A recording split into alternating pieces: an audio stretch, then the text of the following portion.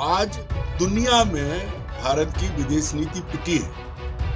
भारत पाक युद्ध के बाद पाकिस्तान के साथ लोग खड़े हुए, भारत के साथ कोई नहीं आया। हमारे विमान गिरे, ये हमारे लिए दुखद है, लेकिन गिरे। और ये बात हमने नहीं, सीडीएस ने कही है। नितिन गडकरी इतने योग्य भाजपा के अध्यक्ष रहे थे, दूसरी बार भी होते अगर वो भाजपा की भीतर की राजनीति का शिकार नहीं होते। ये मोदी जी जो कर रहे हैं, जो हम बात कर रहे हैं, मोदी जी ने कई लोगों को मारा है, तो जब वो हटेंगे तो उनका तो पूरा कुनबा साफ होगा ही होगा। कि मोदी और अजीत डोभाल अब एक सिक्के के दो पहलू हैं। अगर मोदी जाएंगे तो डोभाल को जाना ही पड़ेगा। सबसे मात खाई है भारत ने, भारत की विदेश नीति में। और विदेश मंत्री कौन है? एस जयशंकर। नमस्कार, मैं हूं संजीव श्रीवास्तव। आप देख रहे हैं 4 PM न्यूज नेटवर्क। मित्रों, केंद्रीय गृह मंत्री और सहकारिता मंत्री, भारतीय जनता पार्टी जिन्हें अपना चाणक्य कहती है, ऐसे अमित शाह के रिटायरमेंट प्लान धमाके के बाद डॉक्टर मोहन भागवत जी का एक अलग बयान कि 75 के बाद जो कुर्सी है वो नए लोगों के लिए छोड़ दिया जाना चाहिए, इसकी जमकर मीमांसा हो रही है। लगातार दोनों ही जो है, चाहे वो अमित शाह हो और चाहे वे डॉक्टर मोहन भागवत हो, इनके बयानों की निरंतर कहीं विश्लेषण हो रहे हैं, मीमांसा हो रही है।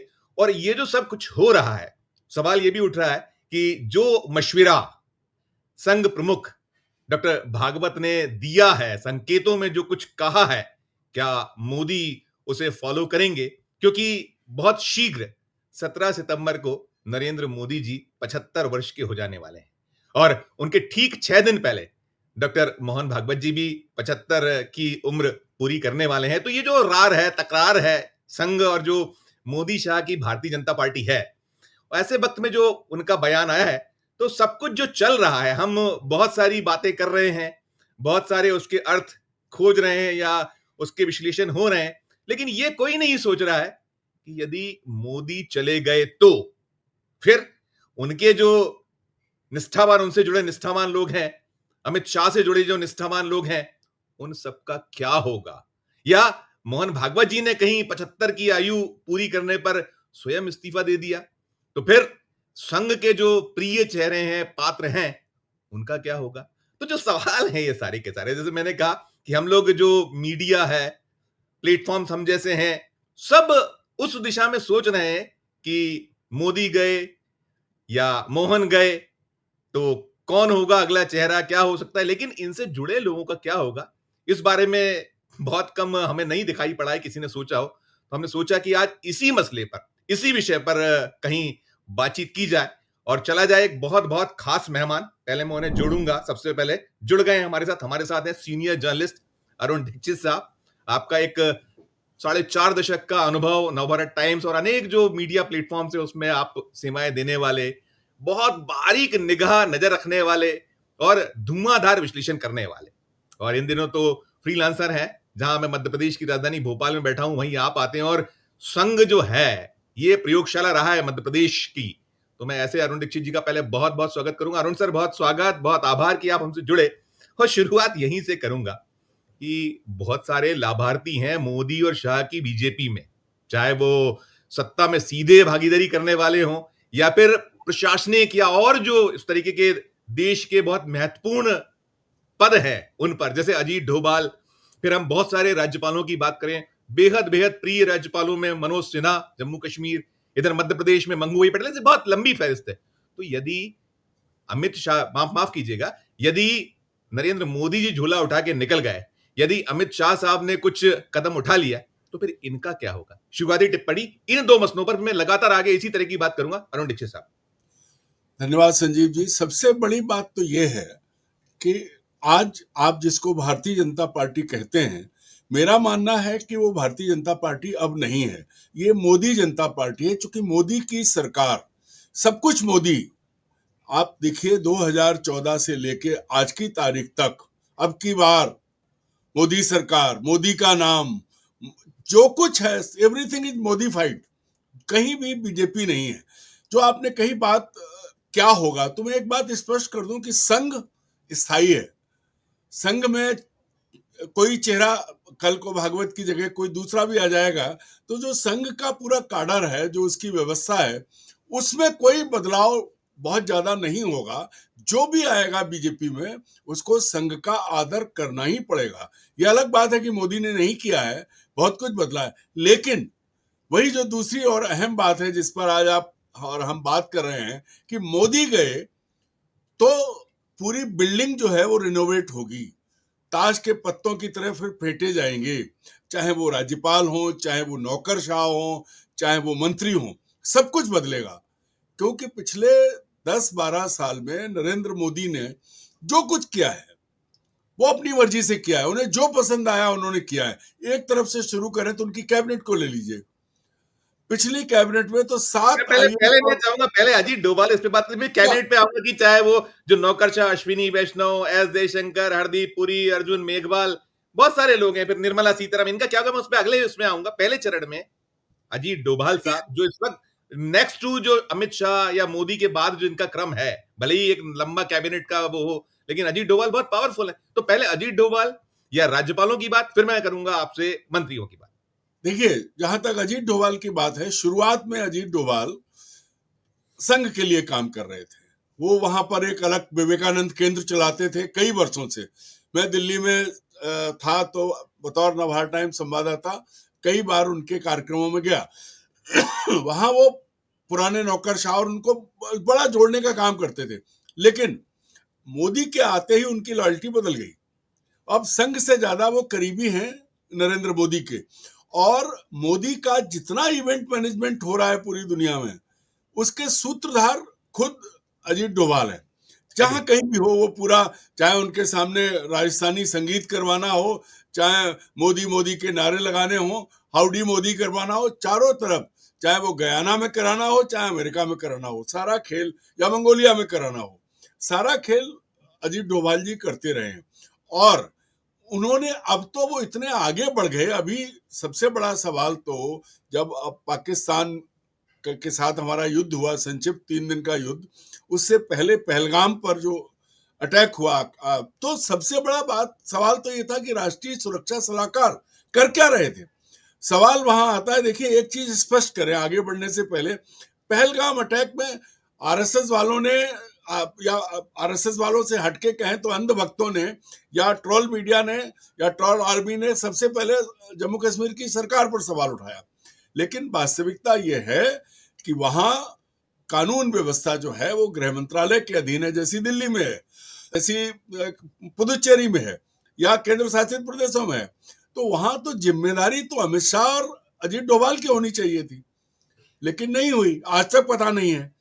तो अब अजीत डोभाल ने, अभी जबकि हमारे सीडीएस कह चुके हैं और अफसरों ने कहा कि हमारा नुकसान हुआ है, वो कहते हैं हमारा कांच नहीं टूटा, वो इस तरह का बयान दे रहे थे। इतना झूठ क्यों बोल रहे हैं डोभाल साहब, क्या वजह है? क्या वो मोदी से आगे निकलेंगे झूठ बोलने में? ये सबसे बड़ी समस्या है कि डोभाल साहब जो हैं उन्होंने more loyal than the king, जबकि पुराने डीजीपी जम्मू कश्मीर के, उन्होंने जब अटैक हुआ था तो घर दिखाए थे, उनका इंटरव्यू आया था कि जम्मू में कितना नुकसान हुआ, पुंछ राजौरी में कितना नुकसान हुआ। हमारे विमान गिरे, ये हमारे लिए दुखद है, लेकिन गिरे, और ये बात हमने नहीं, सीडीएस ने कही है और अफसरों ने कही है, विदेशों में बात आई, सब फोटोग्राफ पूरे मौजूद रहे हैं, सब कुछ है। लेकिन अगर डोभाल साहब नहीं देखना चाहते और वो झूठ को बार बार गोएबल्स की तरह, कुछ नहीं हुआ कुछ नहीं हुआ, ठीक वैसे ही जैसे कि कहा जा रहा है कि वो अपने डोनाल्ड ट्रंप ने कुछ नहीं किया, जबकि वो 22 बार कह चुके कि मैंने युद्ध विराम कराया, मोदी जी ने आज तक उनका नाम तक नहीं लिया है। तो ये जो सार्वजनिक रूप से जो झूठ है, वो डोभाल और मोदी जी एकदम एक सिक्के के दो पहलू हो गए हैं। तो सबसे पहले जो आपने सही में कहा, आप कंप्लीट करिए, ये वाला इसी से जुड़ा सवाल, ये कंप्लीट करिए, एक सवाल करता हूं जी। सबसे बड़ा ये है कि अगर मोदी जाएंगे तो डोभाल साहब तो साथ साथ सबसे पहले जाएंगे, उनके लिए अब कोई, हालांकि पहले वो संघ के साथ थे तो उन पर कोई असर नहीं पड़ता, लेकिन अब वो पूरी तरह मोदीफाइड है। जो कुछ कर रहे हैं मोदी के लिए, उन्होंने मोदी को लार्जर देन लाइफ बनाने में जो भूमिका निभाई है, जिस तरह आप याद करिए जब 370 लगाई गई थी, तो जब आपने धारा 370 कश्मीर में लगाई थी तो आपको पॉलिटिशियन भेजने चाहिए थे। वहां कौन गया था? डोभाल साहब कहीं खाना करवा रहे थे तो कहीं कुछ करवा रहे थे, लोगों के बीच घूम रहे थे, ऐसे कि जैसे वो एक पूर्व नौकरशाह नहीं है, वो एक राजनीतिज्ञ है। ये जो सबसे बड़ा सवाल है, चूंकि मोदी जी को एक आदत है प्रयोग करने की, तो एक लाइन में कहें, मोदी और अजित डोभाल अब एक सिक्के के दो पहलू हैं। अगर मोदी जाएंगे तो डोभाल को जाना ही पड़ेगा, उनके लिए बिल्कुल, कोई बिल्कुल विकल्प आपने नहीं है। जी, बिल्कुल, आपने ये कहा तो चूँकि आपने पहलगाम की एक बात कही और हम देख पा रहे हैं। देखिए, जब पहलगाम हुआ था तो चौथे, 5वें, छठे दिन स्केच आ गए थे और बाद में जो डोभाल के अधीन आने वाला एनआईए, उसी ने उसको डिनाई कर दिया कि ये तो है ही नहीं ये लोग। तो आप बहुत सारे वहाँ कश्मीर में ऐसे मसले मामले, तो भद्द तो आपकी पिटी थी। अब मैं कहूँगा आपसे बात कि जो मैं बात कर रहा था राज्यपालों की, मनोज सिन्हा स्वयं हुए, आपने कहा कि वो तो वहाँ सरकार तो खुद मनोज सिन्हा ही है। इधर चला केंद्रीय गृह मंत्री अमित शाह साहब रहे, लेकिन वो है, फिर ऐसे बहुत सारे राज्यपाल हैं। इनका क्या होगा यदि मोदी साहब गए तो, अमित शाह गए तो? देखिए, पूरे देश में ऐसे राज्यपालों की आप देखिए, सबसे अहम भूमिका जो है पहले आनंदीबेन पटेल निभा रही हैं उत्तर प्रदेश में। उनको और ए.के. शर्मा को उत्तर प्रदेश मोदी ने भेजा इसलिए था कि वो योगी आदित्यनाथ की लगाम कस सकें। फिर मध्य प्रदेश में मंगू भाई आए गुजरात से। इसी तरह से आप एक एक नाम लेके देख, मनोज सिन्हा लोकसभा चुनाव हार गए थे, तो उनको इनाम मिला कि उनको जो है जम्मू कश्मीर का राज्यपाल बनाया गया, लेफ्टिनेंट गवर्नर है वो वहां। क्यों? क्योंकि मोदी जी का विश्वास उनके ऊपर है या मोदी जी उन्हें पसंद करते हैं। ठीक ऐसे ही कोई भी राज्यपाल कहीं भी देखिए आप, उसकी व्यक्तिगत निष्ठा नरेंद्र मोदी के साथ है, तब तो वो उसको वहां पद मिला है, उसको बैठाया गया है। अन्यथा आप कहीं भी देख लीजिए, किसी को भी देख लीजिए, कोई नहीं है। अब आप तमिलनाडु में राज्यपाल जो हैं वो नौकरशाह थे, उन्होंने क्या नहीं किया। आप याद करिए, एक राज्यपाल जिन्होंने ममता बनर्जी का जीना हराम किया था, वो आज पुरस्कार पाके जो है वो उपराष्ट्रपति बने हुए हैं। अब जो दूसरे राज्यपाल वहां हैं, उन पे गंभीर आरोप लगने के बाद भी वो उनके साथ कोई उन पर कोई कार्रवाई नहीं हुई है। क्यों? क्योंकि मोदी जी की पसंद है। तो जहां भी कैसे भी मोदी जी ने मणिपुर को लीजिए, मणिपुर में कितनी बुरी हालत है। सरकार गई, लेकिन अपने कैबिनेट के पूर्व जो नौकरशाह, वो तो सेना अधिकारी थे, सेना अध्यक्ष रहे थे, उनको वहां गवर्नर बना दिया। तो ये जो काम है, सिंगल हैंडेडली नरेंद्र मोदी जो चाहते हैं वो कर रहे हैं। और इन पे सब पे, क्योंकि कोई भी आएगा तो इतना तो तय है कि अगर मोदी हटेंगे तो अमित शाह तो नहीं आएंगे, और जब अमित शाह नहीं आएंगे तो फिर जो आएगा वो कम से कम अपनी और संघ की जो जिसको कहे जो नीतियां हैं, हालांकि संघ की नीतियों को इन्होंने भी काफी हद तक आगे किया है, ऐसा नहीं है कि, लेकिन उसमें घुसा सब कुछ मोदी, सब कुछ है मोदी का, वो कहीं उसको क्रेडिट नहीं देश देते। देश अपने नाम से रहे, इसी को लेकर कहीं संघ को तकलीफ है कि उनको संघ खुश है, लेकिन आप सिर्फ और सिर्फ अपना नाम करते हैं तो वो बेचना उनको कहीं तकलीफदेह होता है संघ को, ये मान। दूसरा मैं ये पूछूंगा अरुण सर कि जो मैं मंत्रियों की बात कर रहा था, केंद्र में जो मंत्रीगण है, अब देखिए बहुत क्लियर है, मैं आगे मुख्यमंत्रियों की बात करूंगा और भी बात करूंगा, लेकिन मैं मंत्रियों की कि आपका कोई ना तो मेरिट है, ना आपका कोई और ऐसा कुछ पुराना इतिहास। आज तो सिर्फ मोदी शाह ने जो चाहा है, मैं जिस कैबिनेट की बात करता हूं, केंद्र जो मोदी अधीन कैबिनेट है, उसमें आप उठाइए अश्विनी वैष्णव नौकरशाह, एस जयशंकर नौकरशाह, हरदीप पुरी नौकरशाह, अर्जुन मेघवाल नौकरशाह, ऐसी लंबी फहरिस्त। ना पसंद होने के बाद भी जो दूसरे नहीं पसंद है, उनकी रीति नीतियां पसंद नहीं है, उनके काम पसंद नहीं है, लेकिन वो छाए हुए हैं। तो ये भी कहीं ना कहीं जब ताश के 52 पत्ते पुनः फेंटे जाएंगे यदि मोदी गए, तो जैसा सब ये चल रहा है, तो अकॉर्डिंग फिर इन सब का क्या होगा? देखिए संजीव जी, बहुत अहम बात है। आज दुनिया में भारत की विदेश नीति पिटी है। भारत पाक युद्ध के बाद पाकिस्तान के साथ लोग खड़े हुए, भारत के साथ कोई नहीं आया।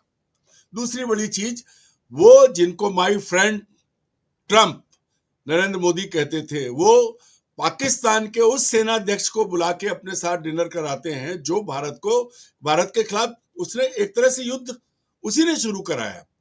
और पाकिस्तान को क्या पद मिला है सुरक्षा परिषद में, वो कहां पहुंचा आपको कोई।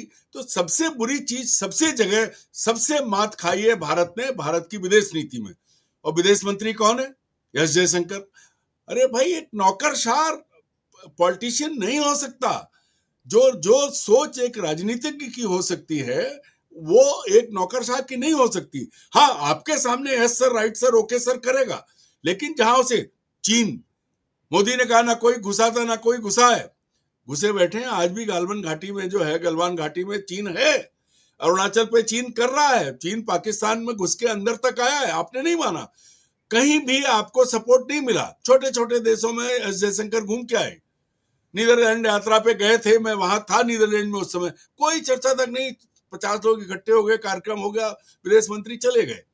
तो ये जो हुआ है, इतनी इतनी बेइज्जती भारत की विदेश विदेश के मामलों में कभी नहीं हुई जितनी श्रीमान एस जयशंकर के रहते हुई है। तो मतलब उनसे ज्यादा असफल मुझे लगता है कि कोई भी आएगा, भले ही सबसे करीबी भी आए अमित शाह के अलावा, तो भी हटा देगा उनको, क्योंकि इससे ज्यादा बेइज्जती और साख सबकी गिरी है। मतलब भारतीय जनता पार्टी नाम की सरकार तो भारतीय जनता पार्टी की है, ये अलग बात है कि मोदी की सरकार है। संघ भी पिटा है इसमें, क्योंकि संघ के लोग पूरी दुनिया में काम कर रहे हैं। मैंने नीदरलैंड में भी देखा और आसपास के देशों में भी देखा है, वो भी खुश नहीं है। क्योंकि भाई जो बात जिस तरह मुद्दे उठने चाहिए थे, आज तक भारत जाना क्यों जाता था? क्योंकि उसकी विदेश नीति इतनी मजबूत थी। भाई अटल जी का इस्तेमाल राजीव गांधी ने किया, इंदिरा गांधी ने किया, जवाहरलाल नेहरू ने किया। क्यों? क्योंकि उन्हें उनकी योग्यता के आधार पर भारत को रिप्रेजेंट करने के लिए जब जरूरत पड़ी तो सबसे योग्य कौन, और यहां इन्होंने किसको चुना? इनको अपनी कैबिनेट में किसी पर भरोसा नहीं है, भाजपा के नेताओं पे भरोसा नहीं है। अब एक और देखो संजीव जी, अच्छे पढ़े लिखे लोग बीजेपी के कहाँ हैं? अरुण शौरी इतने बड़े पत्रकार थे, आए थे बीजेपी में, कहां चले गए कोई नहीं जानता। रविशंकर प्रसाद कभी कभी उनका इस्तेमाल किया जाता है तो आगे आते हैं। प्रकाश जावड़ेकर का नाम भूल गए हम लोग। रुद्र प्रताप रूडी इतना डायनेमिक लीडर कहाँ है? ऐसे पूरे वसुंधरा राजे कहाँ है?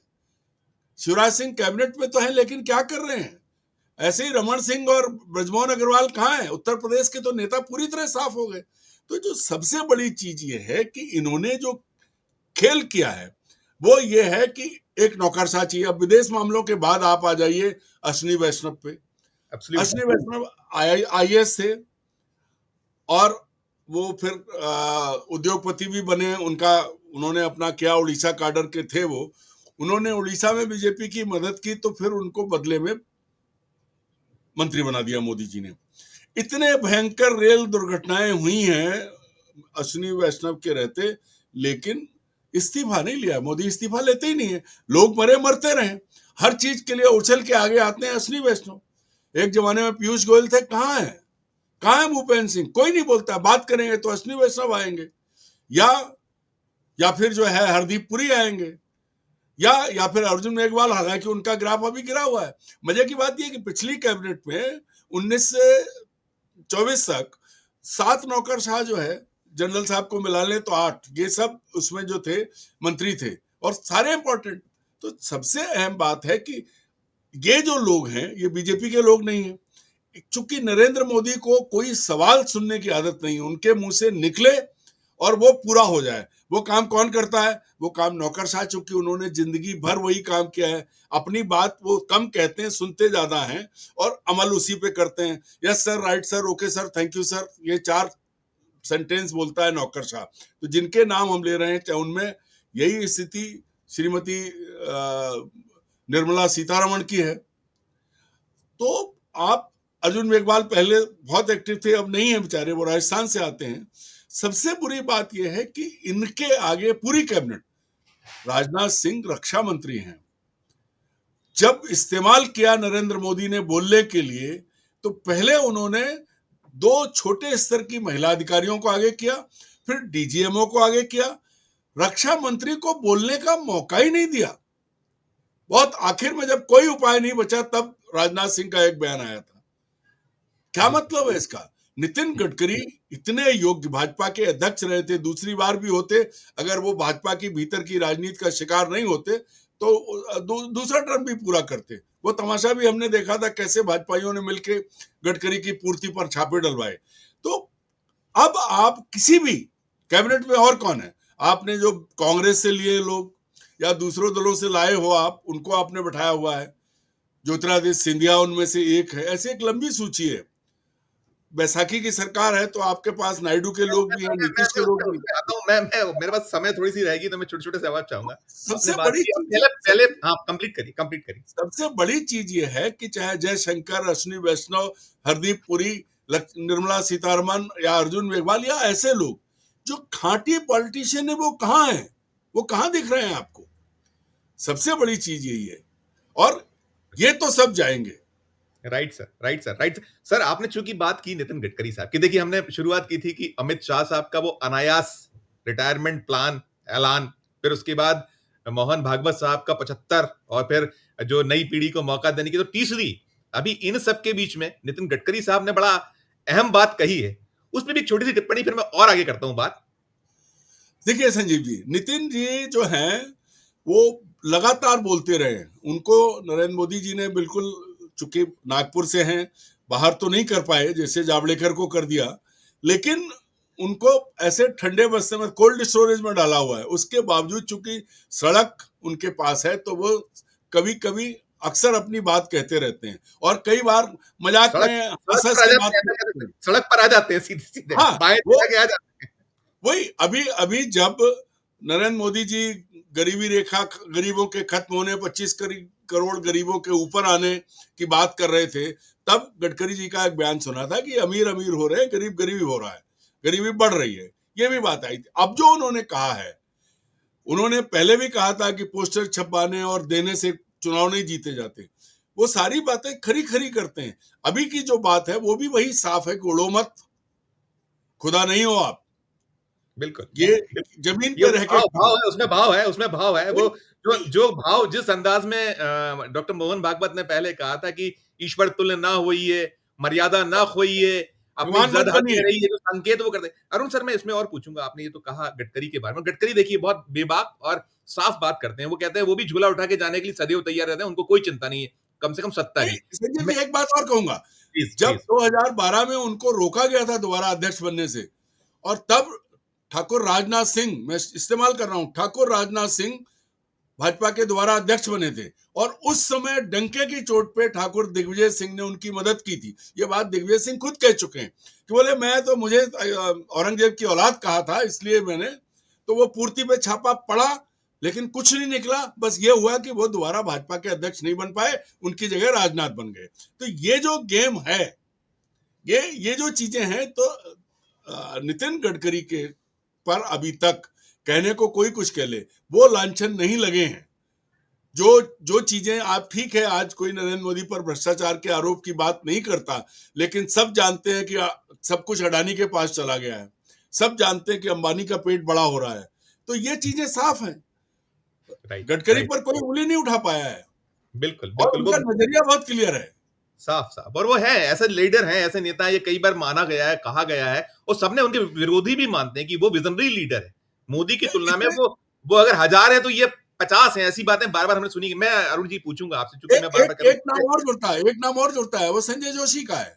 जी संजय हाँ, जोशी की जी हाँ, राजनीतिक हत्या, संजय जोशी की राजनीतिक हत्या जो है वो कैसे हुई, कहां हुई, उसमें मध्य प्रदेश की बड़ी भूमिका थी, हमने आपने देखा है। जी हाँ, और आज भी नरेंद्र मोदी संजय जोशी को मुख्यधारा में नहीं आने दे रहे, क्योंकि उन्हें मालूम है कि संजय जोशी सबसे योग्य और अच्छा, अच्छी पकड़ पैठ रखने वाले उनकी भाजपा में भी है और संघ में भी है। तो इसलिए उनको ऐसा कर दिया कि, लेकिन आज भी लोग उनके साथ जुड़े हुए हैं। तो ये राइट। मोदी जी जो कर रहे हैं, जो हम बात कर रहे हैं, मोदी जी ने कई लोगों को मारा है, तो जब वो हटेंगे तो उनका तो पूरा कुनबा साफ होगा ही होगा, क्योंकि जो उनकी पूछ पकड़ कर आए हैं, जो उनके उस राइट, पे आए हैं, उनको तो जाना पड़ेगा। बिल्कुल बिल्कुल। मैं यही सवाल, देखिए संजय जोशी इसलिए तो रोका पड़ा है, अध्यक्ष पद का चुनाव क्यों नहीं हो पा रहा है, जो एक औपचारिकता है, इसलिए नहीं हो पा रही कि संजय जोशी चाहता है संघ, और नहीं चाहते हैं मोदी शाह। खैर वो आ जाएगा सामने, कुछ जल्द आने हैं कि क्या होगा क्या नहीं होगा।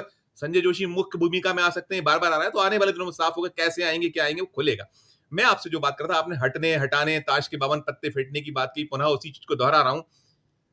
पर्ची वाले मुख्यमंत्री, आप गुजरात से शुरू करिए, गुजरात, मध्य प्रदेश, राजस्थान, छत्तीसगढ़, फिर उत्तराखंड, उड़ीसा, लाइन से इतने राज्य, और इसके साथ में असम के मुख्यमंत्री का क्या होगा? हेमंत बिस्वा शर्मा, जो कहीं दो नावों में सवारी करते हैं। वो इधर भारतीय जनता पार्टी मोदी शाह के भी दिखना चाहते हैं, तो संघ को भी जो लाइन है उस पर भी कहीं बढ़ते दिखते हैं। इन सब का क्या होगा? ये लाइन से जो पर्ची वाले मुख्यमंत्री पहली बार के और सबको कहीं ओवरलुक करके, नजरअंदाज करके, वही जो मेरिट को मार कर आने वाले लोग, इन सब का क्या होगा? देखिए, सारे राज्यों में देखिए, महाराष्ट्र से शुरू करिए। महाराष्ट्र में बीजेपी की लीडरशिप बहुत बड़ी थी। और गुजरात में तो मोदी जी ने जब खुद मुख्यमंत्री की कुर्सी से हटे, तो उस वक्त जो सीनियर मोस्ट लीडर्स थे सारे, सुरेश मेहता का नाम याद आता है, और सारे लोग जो हैं वो आज कहाँ है? सबको खत्म किया। आनंदीबेन पटेल को मुख्यमंत्री बना के आए। जब उनसे नहीं चला तो फिर विजय रूपाणी को लाए। विजय रूपाणी भी पहली दूसरी बार के विधायक थे, और जब उनसे उनको हटाना था तो पहली बार के विधायक, जो कि बताया जाता है कि वो आनंदीबेन पटेल के सबसे करीबी थे, उनका काम काज देखते थे, भूपेन पटेल को आपने मुख्यमंत्री बनाया। राजस्थान आइए आप, गुजरात तो आपका चूंकि वो मोदी की रियासत है, बीजेपी नहीं है, कुछ नहीं, वो तो सब कुछ मोदी और शाह का है, जो कुछ होगा उनकी मर्जी के बिना नहीं होगा। राजस्थान में बड़े बड़े नेता थे, वसुंधरा राजे जैसा व्यक्तित्व, मोदी से सीनियर, लेकिन आप किसको लाए? भजन लाल को। भाई कोई नहीं कुछ बोल पाया, नाम दे दिया गया, ऊपर कहने को कहा गया संघ की पसंद में। उसके बाद आगे अभी दिल्ली ले लीजिए, सारे दिल्ली में जो बड़े बड़े नेता, छत्तीसगढ़ की नहीं बात नहीं, कर, आप राज्यों से आ रहे हैं, चलिए चलिए और कंटिन्यू कंटिन्यू। नहीं नहीं, उससे पहले हरियाणा ले लीजिए। हरियाणा में पुराने नेता जो हैं वो सब किनारे हो गए थे, पहले खट्टर जी आ गए, फिर सैनी जी आ गए। ऐसा ही इन्होंने पिछले टर्म में हिमाचल में किया था, जयराम ठाकुर को लाए, पुराने नेताओं के तो चुनाव हार गए। दिल्ली में यही है। उत्तराखंड में तो हारे हुए धामी को जो है उसको दोबारा बना दिया। ये यहां से आगे चले, अकेले उत्तर प्रदेश में ये कुछ नहीं कर पाए, चाहे आनंदीबेन पटेल को लगा दे, चाहे ए के शर्मा को लगा दे, वहां योगी आदित्यनाथ डटे हुए हैं। आगे बढ़े तो उड़ीसा में भाजपा का पुराना वो था, लेकिन मुख्यमंत्री कौन बना? जिसे इन्होंने पसंद किया। यही झारखंड में इन्होंने पिछली बार किया था, रघुवर दास, जो आदिवासी भी नहीं थे और उड़ीसा के भी नहीं थे, उनको मुख्यमंत्री बनाया था। इसके बाद अगर आप आए तो छत्तीसगढ़ ठीक है, आपने आदिवासी को मुख्यमंत्री बनाया, लेकिन ब्रजमोहन अग्रवाल, प्रेम प्रकाश पांडे, रमन सिंह और तमाम पुराने जो भाजपा के आदिवासी नेता थे, उनको, नंद कुमार साहे तो बेचारे पार्टी छोड़ने को मजबूर हो गए, उनको ये कर दिया। क्यों? फिर आप आ जाइए मध्य प्रदेश में भी आपने पीछे की लाइन से निकाल के, ठीक है आपको शिवराज सिंह को नहीं बनाना था, लेकिन यहां बड़ी लाइन थी, चाहे आदिवासी ले लो, चाहे ओबीसी ले लो, चाहे बनिया ले लो, चाहे बामन ले लो, सब थे। लेकिन आपने बड़े ताव से आपने कैलाश विजयवर्गीय, प्रहलाद पटेल और सबको भेजा था, लेकिन उनको आपने बेइज्जत करके किनारे कर दिए। आपकी तोमर, नरेंद्र सिंह तोमर, सब ये सारे लोग आए जो मध्य प्रदेश भारतीय जनता पार्टी के अध्यक्ष थे। जी। ये जो है, जहां बीजेपी है, चलिए हेमंता बिस्वा, सर्बानंद सोनोवाल भाजपा के थे, उनको आप केंद्र की सरकार में ले आए, ऐसे ही आप शिवराज सिंह को अपने साथ ले गए। हेमंता बिस्वा शर्मा की खासियत क्या है? वो कहते हैं कि जब वो राहुल से मिलने गए तो वो अपने कुत्ते को बिस्किट खिला रहे थे, उनसे बात नहीं की। अब कुत्ता और बिस्किट, यहाँ संदर्भ ये है कि आज वो क्या कर रहे हैं। आज वो जिस तरह से, चूंकि वो बेसिकली तो कांग्रेसी हैं, जिस तरह से वो मुसलमानों को टारगेट कर रहे हैं, मतलब मोदी जी से ज्यादा हेमंता बिस्वा शर्मा कर रहे हैं। असम, भाई चाहे बांग्लादेशी घुसपैठियों का मामला हो, चाहे नागरिकता का मामला हो, सारी चीजें असम में हो रही हैं। और असम में जितनी खराब स्थिति है, चूंकि असम में सबसे ज्यादा घुसपैठिए हैं, सबसे ज्यादा बांग्लादेशी नागरिक हैं, इसमें कोई शक नहीं है, लेकिन सरकार को जिस तरह काम करना चाहिए, क्योंकि ये देश, और फिर आप याद करिए पड़ोसी राज्यों के, असम का पड़ोस मिजोरम से झगड़ा हुआ, गोलीबारी हुई, ये क्या है? क्योंकि नरेंद्र मोदी जी जिस तरह, अब आगे मणिपुर आपने, जलता रहा मणिपुर, लेकिन बीरेन सिंह को नहीं हटाया आपने, तब हटाया जब लगा कि सरकार गिर जाएगी। बीजेपी के जो आदिवासी विधायक थे वो उन्होंने कहा नहीं, तब आपने हटाया। ये जो दादागिरी है नरेंद्र मोदी की, इसमें तो ना तो संघ, भाजपा तो खत्म ही हो गई। भाई आज अगर बीजेपी की लीडरशिप, आज जनरल क्वेश्चन पूछ लो आप विद्यार्थियों से, तो मुख्यमंत्रियों के नाम नहीं बता पाएंगे। लेकिन इससे पहले ऐसा होता था कि जाने पहचाने चेहरे होते थे। पर वो खेल जो है वो मोदी जी का है। मोदी जी को मजा आता है कि वो फिर, चूंकि मेरी बिल्ली मुझी से म्याऊं, कोई सवाल ना उठा सके, तो ऐसे आदमी को लाएंगे जो सीधा खड़ा होके मोदी जी के घुटने तक ना देखे। और ये इसका खामियाजा पार्टी भुगत रही है। पार्टी के भीतर बहुत असंतोष है, और ये पर्चियां सबकी फटेंगी, ये पर्चियां नहीं चलने वाली। पर्चियां सबकी पड़ेगी। मैं अरुण जी, आपने देखिए, हमने अब तक बात की लगभग जितनी हमारी 29 मिनट की बात हो चुकी है, इसमें हमने ज्यादातर ये किया कि मोदी गए तो क्या, लेकिन यदि संघ प्रमुख जिन्होंने दांव खेला है 75 साल का, यदि वो विस्फोट कर दे कि पहले इस्तीफा मैं देता हूं अब आप आइए, तो फिर संघ से जुड़े जो लीडरान हैं, आपने एक चीज ये भी कही है कि देखिए वो संघ तो संघ रहेगा, फिर भी जब आपने कहा कि जब बदलता है निजाम, बदलता है नेता, बदलता है तो बहुत कुछ बदलता है, तो फिर इन लोगों क्या, चाहे वो देवेंद्र फडणवीस हो जो दौड़ में शामिल है, मुख्यमंत्री माफ कीजिएगा प्रधानमंत्री पद की रेस में माने जाते हैं, अध्यक्ष पद की दौड़ में है, फिर योगी आदित्यनाथ की जो महत्वाकांक्षा है, वो ऐसे जो चेहरे हैं, खुद शिवराज सिंह चौहान, इन सबका क्या होगा? देखिए, मैं वही बात कहूंगा, संघ जो है, संघ में कोई चेहरा नहीं है। आप समझ लीजिए कि मोहन भागवत भी जब तक हैं, वैसे छोटे तो छोटे संघ जवाब दीजिएगा, लेकिन सार घर भी तो जितना आप दे सकते चलेगा जी। संघ में आजीवन मुखिया होता है, उन पर कोई सवाल नहीं उठाता। तो मुझे नहीं लगता कि भागवत जी जो हैं, मोदी को ये बताने के लिए कि 75 पर ये फैसला, एक बात और सब लोग ध्यान से जान लें, ये बहुत अहम बात है, 75 का फार्मूला संघ नहीं नरेंद्र मोदी लाए थे, और इसी फार्मूले पे वहां तो उन्होंने आयु है ही नहीं, वहां तो आयु है ही नहीं, वहां तो जब तक आप बिल्कुल स्वस्थ हैं, आप शारीरिक मानसिक तौर पर आप करते रहिए, हमने संघ बहुत का, लंबी लंबी कहानियां देखी। संघ की जो एक व्यवस्था है, वहां व्यक्ति नहीं है, वहां संस्था है। ये ठीक है कि कुछ फर्क पड़ेगा, लेकिन ये नहीं हो सकता कि संघ से जुड़े हुए जो लोग हैं उनको आप डस्टबिन में डाल देंगे, नहीं होगा। भूमिकाएं थोड़ी बहुत बदलेंगी, लेकिन जो डोभाल और इन सबके साथ होने वाला है वो संघ की पसंद के किसी भी व्यक्ति, नेता, स्वयंसेवक या पदाधिकारी के साथ नहीं होगा, क्योंकि संघ संघ है, संघ व्यवस्था से चलता है, व्यक्ति से नहीं चलता है। Right sir, right. मैं अंतिम सवाल करूंगा अरुण सर, दो चीजें बहुत महत्वपूर्ण, एक तो आपकी बात का पूरा सार ये निकलता है कि खरबूजा तो इस समय यदि कोई है तो वो अमित शाह और नरेंद्र मोदी है, खरबूजा छुरी पे गिरे, छुरी खरबूजे पे गिरे, कटना उनको, एक चीज आपकी बात से सार निकलता है, एक यही है, यही सच है। और नंबर दो कि फिर बैसाखियों क्या होगा यदि ये निजाम बदलता है, आज मोदी जिस तरीके से कैप्चर करे बैठे हैं वो बदल गए, तो फिर नीतीश कुमार और चंद्रबाबू नायडू, ये इन लोग का रुख रवैया क्या होगा? क्योंकि हम तो सारा हाइपोथेटिकल है जिसपे देश चर्चा कर रहा है कि यदि ऐसा हुआ तो ऐसा, ये हुआ तो ये, तो फिर आखिरी अंतिम देखिए जवाब का सवाल मेरा। संजीव जी, ये काल्पनिक सवाल नहीं है, क्योंकि ये सवाल सामने खड़ा है। आज नीतीश ने साथ इसलिए दिया कि वो, उनके पास पर्याप्त कम एमएलए होने के बाद भी मोदी ने उन्हें मुख्यमंत्री बना के रखा है, इसलिए। चंद्रबाबू नायडू की भी कुछ कमजोरियां, याद करिए कि जब वो सत्ता से हटे थे तो जगन रेड्डी ने उनकी दुर्गति कर दी थी, रोए थे वो, मतलब जेल में बहुत थे, बुरा हुआ मैंने था। 2 साल पहले जेल भेज दिया। हाँ, जेल भी गए हैं, तो वो अपना बदला लेना चाहते हैं, क्योंकि उन्होंने इसीलिए मोदी का साथ दिया, वरना चंद्रबाबू अपने अपने दम पर अपने बहुमत में हैं, उनको कोई जरूरत नहीं थी, लेकिन उन्हें केंद्र की एजेंसियों की मदद जगन रेड्डी के खिलाफ चाहिए। एटीएम भी है केंद्र, उनके लिए एटीएम भी है, केंद्र एटीएम भी है। एटीएम भी है राज्य के लिए। और दूसरा, ये बात कम लोग जानते हैं कि मोदी के इशारे पर जगन रेड्डी इसलिए भी आते हैं क्योंकि वो मुसलमान के साथ साथ ईसाई, मुसलमानों के बाद ईसाई कौम सबसे ऊपर आगे है, जहां आप पूरे देश में देखें तो जो वो ईसाई समुदाय से आते हैं, ईसाई मत को मानने वाले हैं, तो वो तो पहले से ही निशाने पर है। अब नायडू जी जो हैं, अपना बदला मोदी जी के साथ मिलकर, एक तो राज्य में अपनी साख कायम करना, पैसा लेना, सहायता लेना, और उसके बाद रेड्डी को निपटाना है इस काम के लिए। और वो, मुझे लगता है कि अगर उनको जरूरत पड़ी तो जो आएगा उसके साथ खड़े होंगे, ऐसा नहीं कि वो मोदी के साथ खड़े, वो अपने हित पे हैं।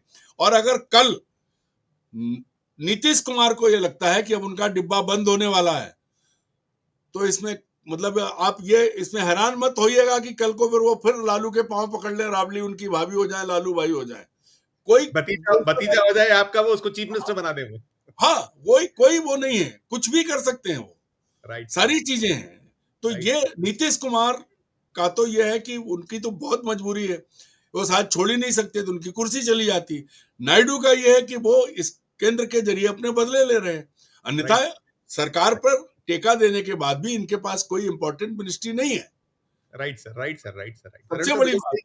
राइट सर, उनसे बहुत अच्छी बातचीत हमारी हुई। और हम जो कहीं बात करें, देखिए हम बार बार कहते हैं जब निजाम बदलता है तो बहुत कुछ बदलता है, और अगर ये सब हो रहा है जैसा चल रहा है, ये कहीं आगे कुछ ये फलीभूत होता है जो कुछ, तो फिर बहुत कुछ बदलेगा, और बहुत बदलाव के साथ में देश की राजनीति, खासकर भारतीय जनता पार्टी और राष्ट्रीय स्वयंसेवक संघ की जो पॉलिटिक्स है, राजनीति है, भले ही वो अपने आप को कहते हैं कि हम क्या वो सांस्कृतिक और तमाम संगठन, बहुत कुछ बदलेगा, बहुत कुछ अलग आएगा। और सबसे बड़ी चीज जो आपने कही है कि ताश के 52 पत्ते फेंटे जाएंगे, और जो खरबूजा तो कहीं अब इस वक्त नरेंद्र मोदी है, उन्होंने एक बहुत बहुत एक अपना वर्चस्व जो बनाया हुआ था, वो जो फंसे हैं चहुं और, तो उसमें दिक्कत में तो है। संजीव जी, एक बात समझ लीजिए, कुछ भी हो, अगर भागवत चाहेंगे तो जब तक मानसिक संतुलन ठीक है और शरीर ठीक है, वो संघ प्रमुख बने रहेंगे।